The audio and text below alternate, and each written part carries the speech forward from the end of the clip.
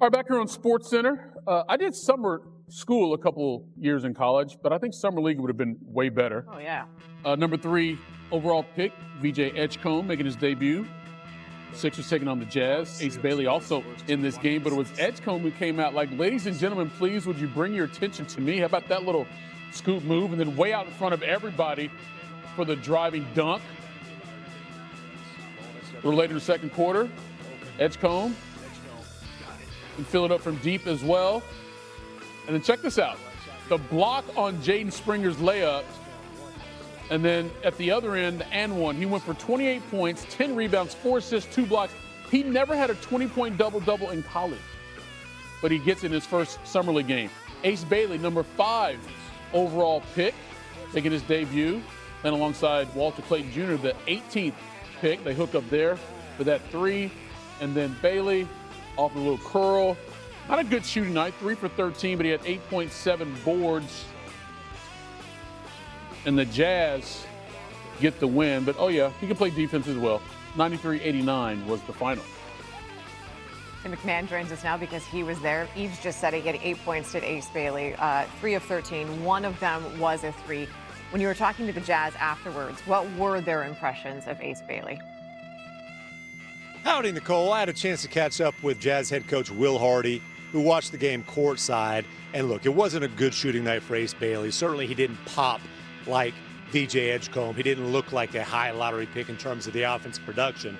But what Will Hardy told me was he's really impressed with the length, the athleticism, the defensive effort, the ability to close ground, and the rebound. He had 7 rebounds in this game, including the biggest rebound at the end of the game to seal the victory.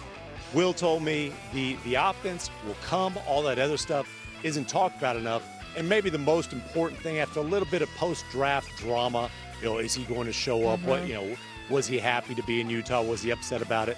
He said he's been a great teammate. He's gotten, Will Hardy's gotten nothing but positive reviews about Ace Bailey during the 4 days of practice leading into this game. So, it's one game as an 18-year-old, one summer league game as an 18-year-old does not a career make. Despite the not so pretty shooting stats, they're encouraged with the start, and he'll get another chance Monday night. They'll be back here on ESPN then. Yeah, exactly. All of these things take time. And as he just alluded to, you can see Ace Bailey again Monday when the Jazz take on the Grizzlies at 9 p.m. Eastern on ESPN+. Thank you, sir. Summer League is in session, but unlike summer school, there is no syllabus. Let's show you some of the best action from Summer League play on Saturday. Dalton Connect. Bronny James not in uniform, and Steph Curry just a cool visitor. Obviously, it's the Warriors taking on the Lakers. We're going the other way. Chris Manning, getting up just to get down. And here's the thing. Sometimes you need to make a business decision. And that's exactly what Goldwater did there. Warriors are up, and then R.J. Davis out to Dalton Connect. He had a big summer last year for the Lakers. Warriors, though, get the win 89-84. Then you got the Grizzlies taking on the team that just won the championship. That beat the Thunder. Second quarter, the lead just 2. Jalen Wells, defense into offense. G.G. Jackson's got it. Back to Wells, back to Jackson. That's a nice little slam. The 2023 and 24 second-round picks connecting there. Then in the fourth, the lead now 10. A.J. Mitchell to Flanders Fleming Jr. A spin move there. Grizzlies now up 12. How about Jackson? Baseline, 20 points, 3 rebounds. This was a Grizzlies win, 92-80. Summer League officially tipped off Saturday night, and in the highly anticipated debut of Ace Bailey, the former Rutgers star scored 8 points as the Jazz took down VJ Edgecombe and the Sixers in Utah, 93-89. Now, the number 5 overall pick in the draft shot 3 of 13 from the field and added 7 rebounds. Number 3 overall pick VJ Edgecombe had a game-high 28 points and 10 boards in the loss for Philly. Now, in the first game of the night in Salt Lake City, the Grizzlies took down the reigning NBA champion Thunder 92-80.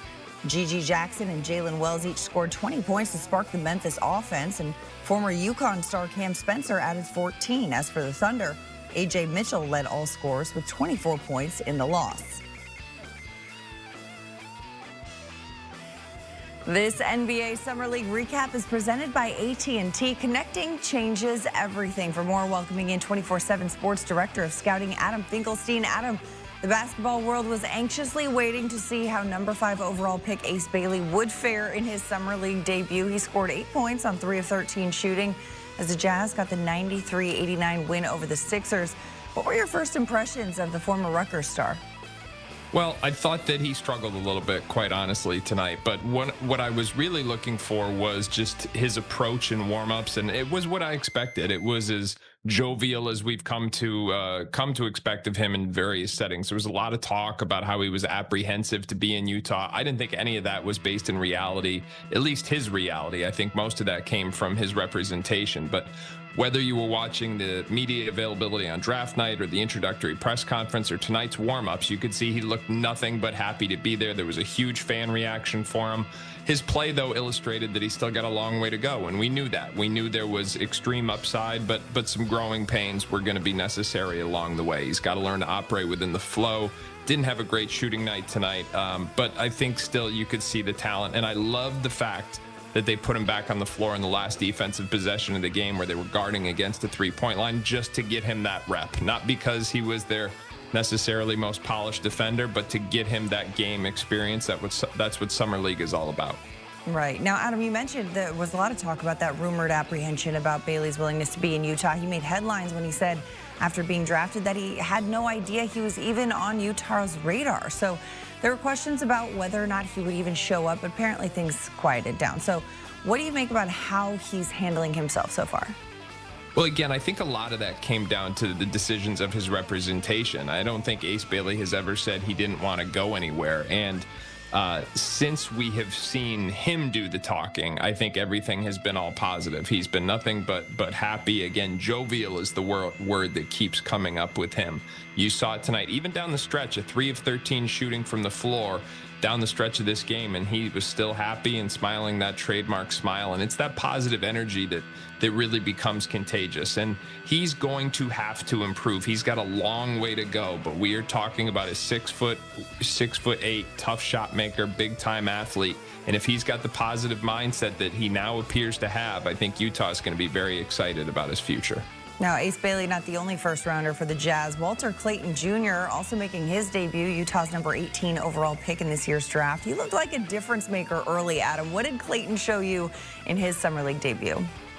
Well, I think what Clayton showed is that he understands how the role is going to be different. Right away, 2 things were evident in his approach tonight. Number one, he was really locked in on the defensive end. He was picking up 3/4 court. He was being active, getting his hands on a lot of balls.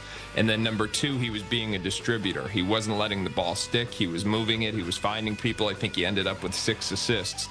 Now, the shooting everybody knows about, although I will say that a little bit of a reality check in terms of realizing that the floor, it's a little harder to get your shot off at this level, even in Summer League, than it was in college basketball. So that's going to be an adjustment. But clearly he knows what he has to do. He's got to have a better defensive effort than he was known for in college and has to really embrace being able to play that point guard position or slide off the ball when he was on the floor with Collier. So you saw everything from Clayton tonight, and you also saw a pretty self-aware young player who understands what he's going to need to do to stick in the NBA.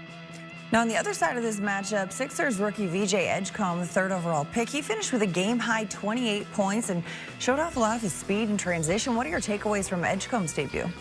Yeah, VJ was really good, and this one was billed at VJ versus Ace, the opening night of the Summer League, perhaps not ironically in Utah, a program that was obviously there was a lot of speculation about going into draft night, and VJ was the best player on the floor.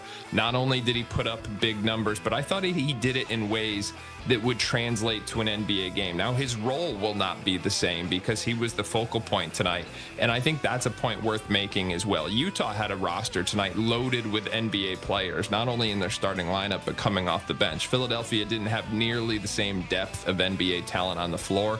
That allowed VJ to really assert himself as an alpha, so the role's going to be vastly different in a couple of months when the NBA season gets here, but there was a lot to like about VJ's approach, being able to get downhill, the explosiveness, making plays defensively, the seriousness of his approach. I think Philadelphia fans should be very excited about what they saw from VJ, and yet still understand there's a lot of necessary growing pains ahead of him as well, especially with the shooting, which you saw tonight. Sure, a lot of growth, a lot to build towards for the NBA season in a couple of months, but there's been a lot of excitement about the start of Summer League, which was Saturday night. So, Adam, I want to open this one up for you. Who had the performance of the night in your mind in the first night of Summer League? Take us anywhere you'd want. I think Kyle Filipowski was really good. Let's stay in this Utah-Philadelphia game. Again, it was billed as Ace Bailey against VJ Edgecombe, but Utah rolled out a lot of their second and third year players, basically showed the local fans a glimpse at the future, and Kyle Filipowski showed what a steal he was in last year's draft. Remember, they've locked him into a 4-year contract now.